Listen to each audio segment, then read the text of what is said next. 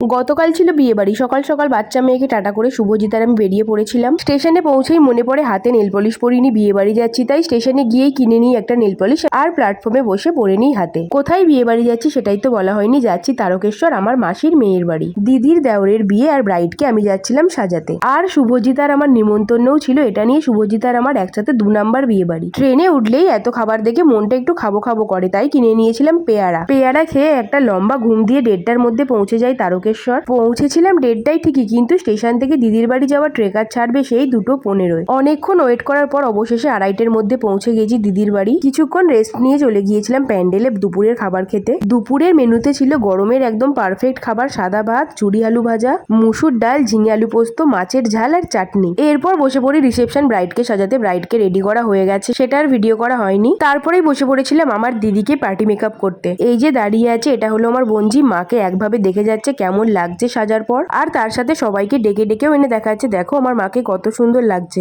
ঘরে লাইটটা একটু কম ছিল, তাই ভিডিওতে একটু অন্ধকার অন্ধকার আসছিল। ব্রাইডের মেকআপ আর পার্টি মেকআপ করার পর আমার কোমরের অবস্থা ছিল খুব খারাপ। তারপর নিজের মুখটাও তো একটু ঠিক করতে হবে, তাই একটু টাচ আপ দিয়ে বেরিয়ে পড়েছি বাইরে। সন্ধ্যে থেকে প্রচুর ঝড় বৃষ্টি হয়েছে, তাই অনেক গেস্ট আসতে পারেনি। আমি যখন ঘর থেকে বেরোই তখন বাজে প্রায় 9:30। চারিদিকটা একদম কাদা কাদা হয়ে গেছে। যেখানে ব্রাইড বসেছে সেখানে একটু যাই, গিয়ে কয়েকটা ফটো তুলে আসি। বিয়ে বাড়ির নিমন্ত্রণ থাকলে মনটা এমনিই ভালো হয়ে যায়, সেজে গুজে অনেক ছবি তোলা যায়। কিন্তু বৃষ্টিটা হয়ে সব মাটি হয়ে গেছে, চারিদিকে জল কাদায় ভর্তি। 10টার সময় শুভজিৎ আর আমি গেছি কি কি স্টার্টার আছে সেগুলো খেতে। অতটা রাত হয়ে গিয়েছিল বলে তাই একটা করে দুজনে খেয়েছিলাম ফুচকা। তারপরেই ছিল আমার পছন্দের মোমো। গরম গরম ঝাল ঝাল চাটনি দিয়ে খেয়ে নিয়েছিলাম 2 পিস মোমো। এই স্টলগুলো বসার জন্য বাইরে সুন্দর একটা জায়গা করা হয়েছিল, কিন্তু বৃষ্টিতে সব কাদা হয়ে যাওয়া এরকম বাড়ির উঠোনের মধ্যেই সব স্টলগুলো বসানো হয়েছিল। ফুচকা আর মোমো খাওয়ার পর এবার দুজনে নিয়ে নিয়েছিলাম একটা দই লস্যি। এরপরে আমরা দুজনে প্রচুর ছবি তুলেছি। তারপরে বাইরে গিয়েছিলাম কেমন সাজানো হয়েছে সেটা দেখতে।